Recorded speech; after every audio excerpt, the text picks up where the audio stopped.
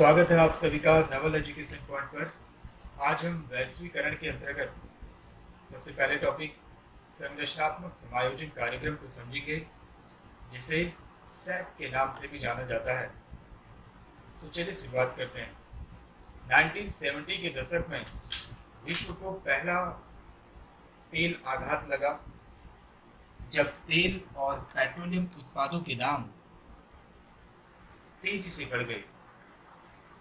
दरअसल 1973 के तेल संकट की शुरुआत अक्टूबर 1973 से हुई, जब अरब पेट्रोलियम निर्यातक देशों के संगठन के सदस्यों ने एक ऑयल एम्बार्गो की घोषणा की।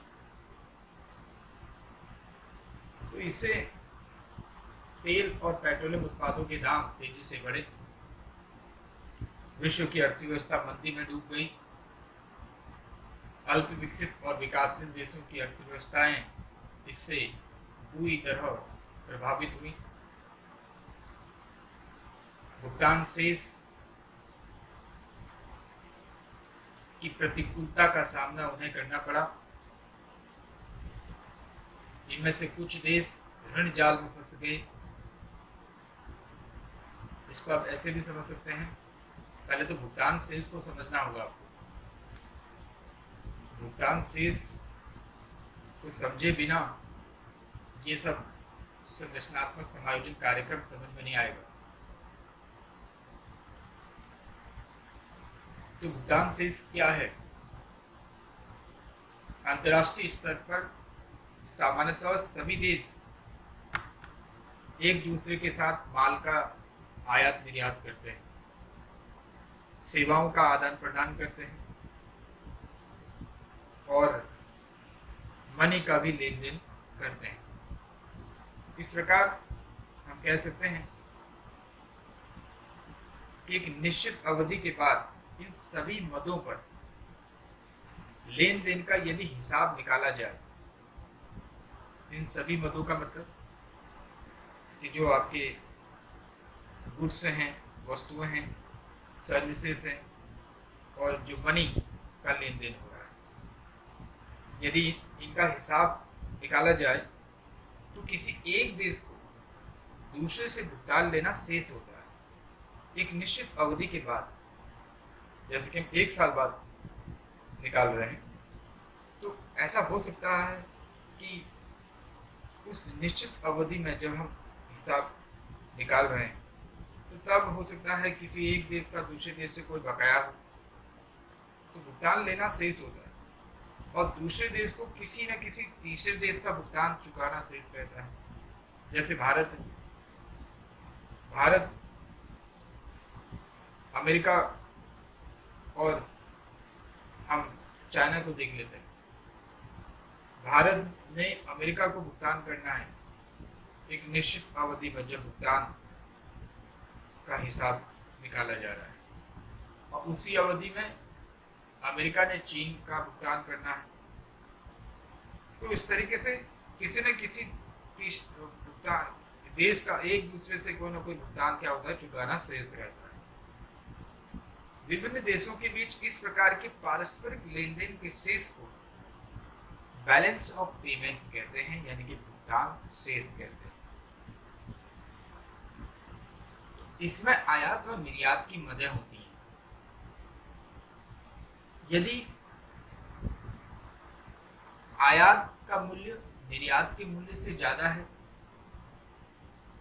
तो भुगतान शेष प्रतिकूल माना जाएगा।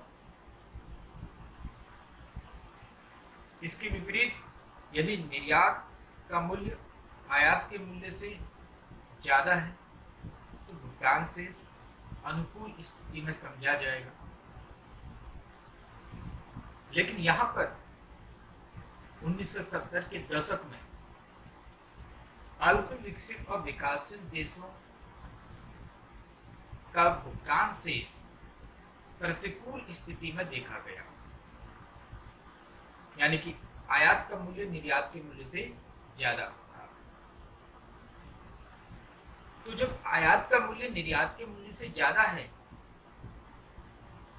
तो ये तो घाटे की स्थिति हो गई।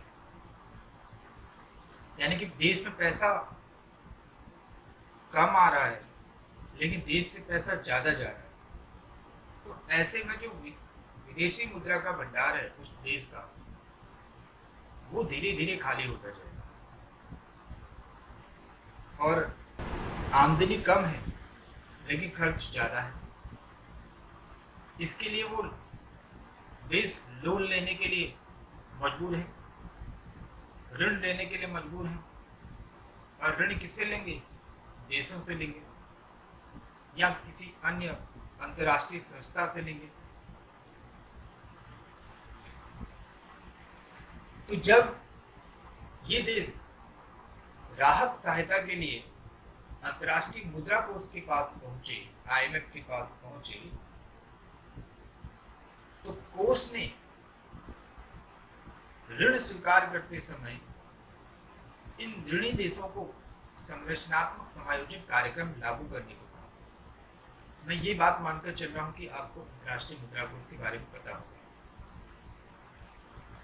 मैं इसी वैश्वीकरण के अंतर्गत अंतर्राष्ट्रीय मुद्रा कोष के टॉपिक को भी शामिल करूंगा।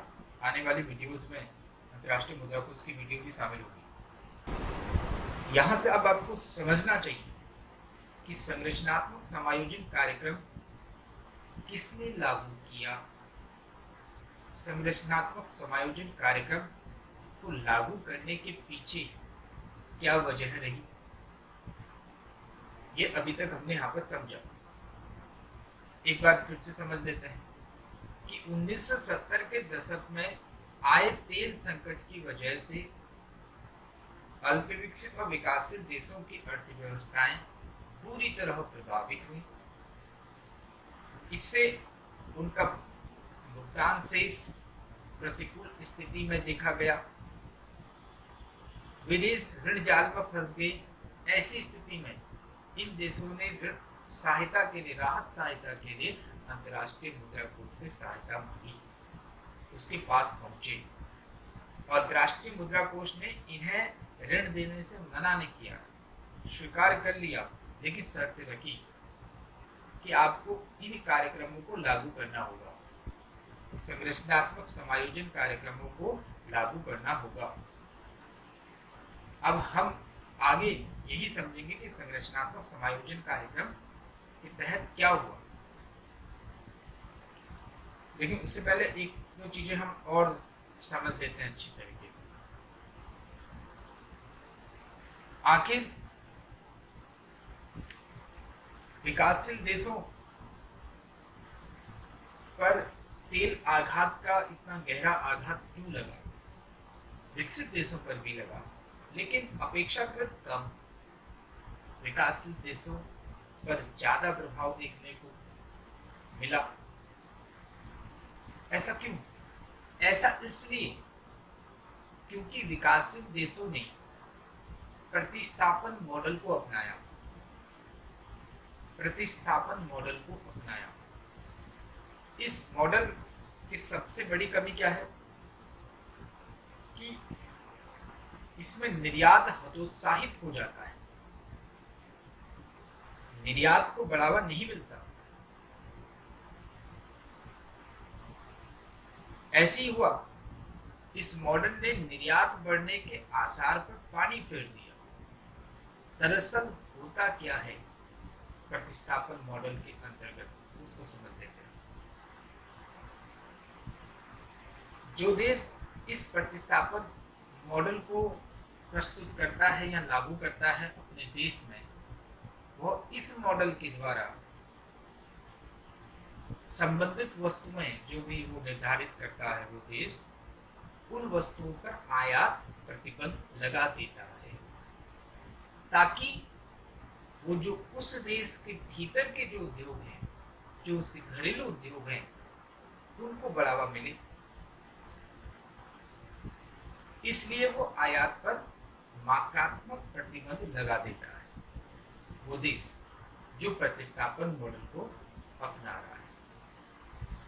तो इससे क्या हो गया? आयात पर रोक लगी, प्रतिबंध लगाया गया।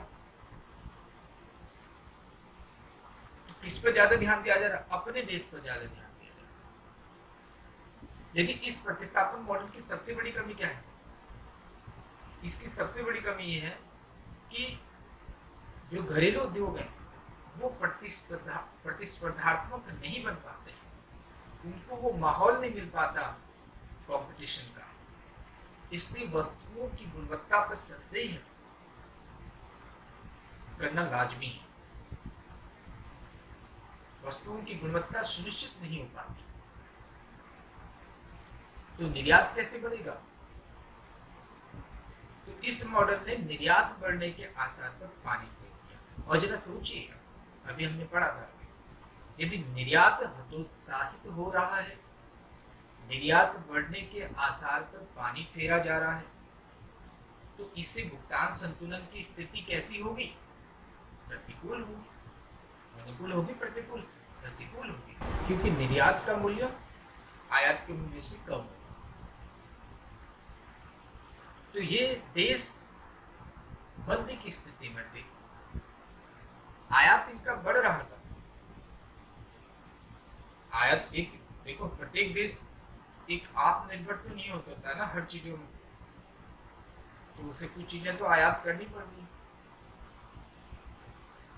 इन देशों ने निर्यातों को विकास के साधन के रूप में नहीं देखा।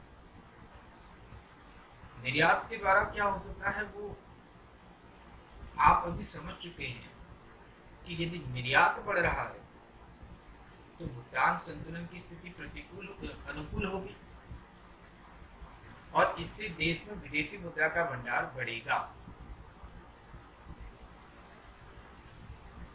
और उस विदेशी मुद्रा का भंडार जितना ज्यादा बढ़ेगा उतना देश के लिए अच्छा है। राजकोषीय घाटा कम रहेगा। इस कार्यक्रम के तहत अब देखिए, अब संरचनात्मक समायोजन कार्यक्रम के तहत क्या हुआ? जो कमियां अभी हमने देखी उन कमियों को दुरुस्त किया जाएगा। इस कार्यक्रम के तहत सबसे पहले तो इस मॉडल को खत्म किया था। यार ये मॉडल बहुत खराब है। ये जो आयात प्रतिस्थापन मॉडल है ना, इसको खत्म कर दिया। इन देशों को अपनी विकास रणनीति को आयात प्रतिस्थापन के बजाय निर्यात प्रोत्साहन अभिमुखी बनाने को कहा गया। निर्यात को प्रमोट करना है, एक्सपोर्ट प्रमोशन करना है। ये एक्चुअली ट्रेड पॉलिसी है किसी भी देश की, ट्रेड पॉलिसी का एक हिस्सा होती है। तो अब व्यापार नीति में बदलाव आया। संरचनात्मक समायोजन कार्यक्रम के तहत अब क्या हुआ कि व्यापार नीति में बदलाव आया। आयात प्रतिस्थापन के बजाय अब निर्यात प्रोत्साहन को बढ़ावा दिया गया। इस रणनीति का मुख्य उद्देश्य था कि वो जो भुगतान शेष है उस पर स्थिरता लाना, फिर से कायम करना भुगतान शेष पर स्थिरता। विकासशील देशों को अपने बाहरी ऋणों को चुकाने में समर्थ करना। तो ऋण कैसे चुकाए जाएंगे वो आप समझ सकते हो कि निर्यात जितना ज्यादा बढ़ेगा, विदेशी मुद्रा का भंडार और ज्यादा बड़ा होगा, तो ऋण को आसानी से चुकाया जा सकता है, ऋण जाल में फिर नहीं फंसेंगे। तो इस तरीके से इन विकासशील देशों के सामने निर्यातों के माध्यम से ज्यादा विदेशी मुद्रा कमाना एक विकल्प था, बेशक वे कितने भी गरीब हों। लेकिन इस रणनीति को अपनाकर विकासशील देश विदेशी मुद्रा को क्या कर सकते हैं? कमा सकते हैं। इस कार्यक्रम के मुख्य 3 तत्व हैं: स्थायीकरण, उदारीकरण, निजीकरण। स्थायीकरण में बजटीय घाटे के माध्यम से मनी सप्लाई की दर को सीमित करते हुए मुद्रास्फीति को नियंत्रित करना था। उदारीकरण, इसमें बाजार में सरकार के हस्तक्षेप को कम करना था, जिससे घरेलू मूल्यों को वैश्विक मूल्यों के समकक्ष खड़ा किया जा सके। अब ये भी अभी हमने समझा था कि आयात प्रतिस्थापन मॉडल को अपनाकर घरेलू उद्योग वैश्विक प्रतिस्पर्धा से वंचित हो जाते हैं। तो वैश्विक मूल्यों के समकक्ष अपने को खड़े नहीं कर पाते हैं।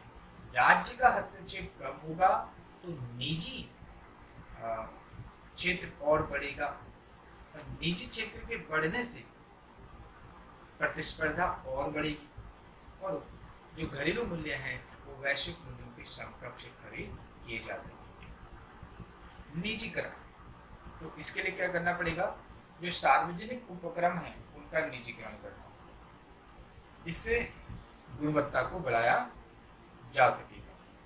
तो 3 तत्व शामिल थे: स्थायीकरण, मुद्रास्फीति को नियंत्रित करना, उदारीकरण, सरकार के हस्तक्षेप को कम करना, निजीकरण, सार्वजनिक उपक्रम का प्राइवेटाइजेशन करना। ये 3 तत्व शामिल थे।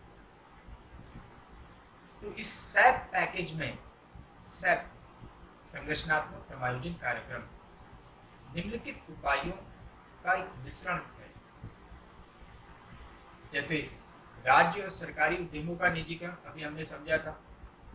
प्राइवेटाइजेशन करना है, किसका करना है, ऐसे उद्योगों का जिन पर सरकार का नियंत्रण है।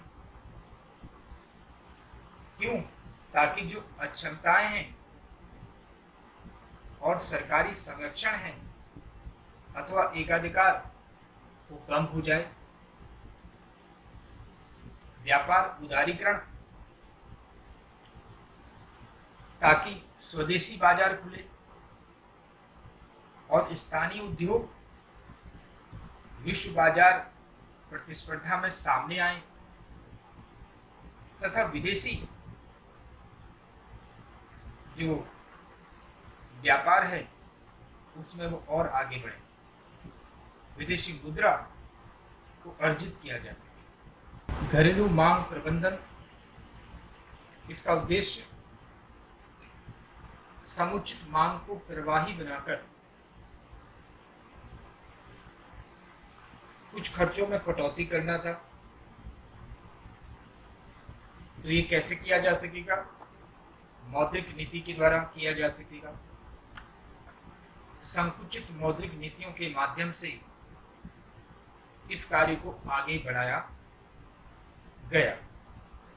घरेलू मांग प्रबंधन। इसके अलावा मुद्रा ह्रास,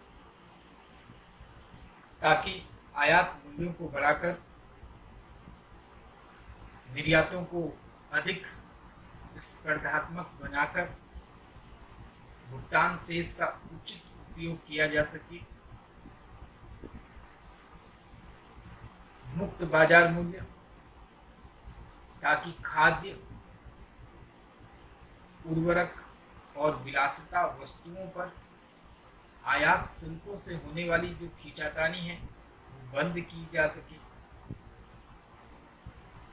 और उच्च ब्याज दर, ताकि मुद्रास्फीति पर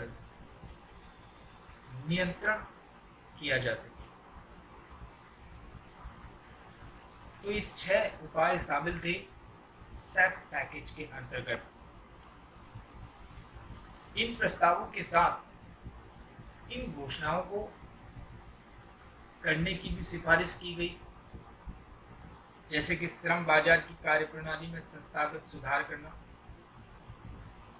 लेबर मार्केट में सुधार किए बिना ये सब संभव नहीं है। सामाजिक सुरक्षा प्रणाली में परिवर्तन और समाज सेवाओं का निजीकरण करना, इन 3 घोषणाओं को भी इसमें शामिल किया गया। इसके अलावा राज्य की भूमिका क्या रहेगी, इसको लेकर भी सैप के अंतर्गत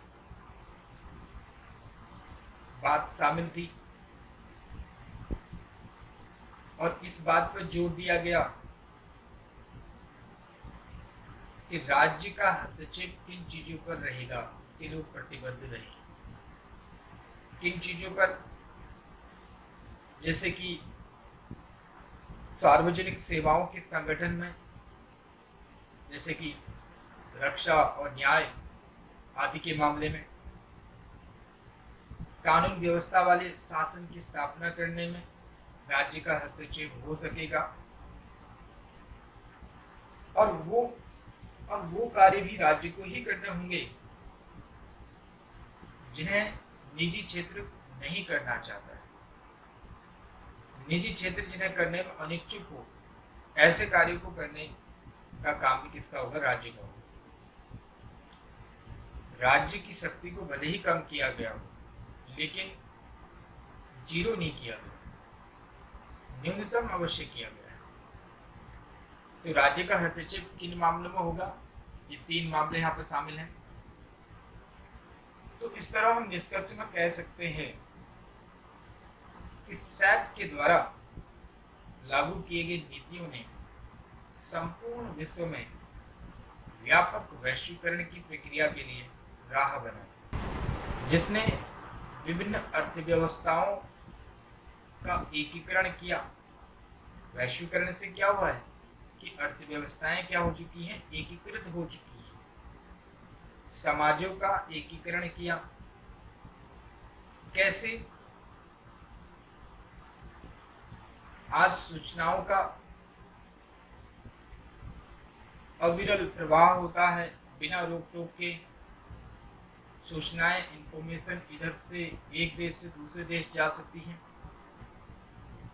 सूचनाओं पर किसी प्रकार की रोक टोक नहीं है।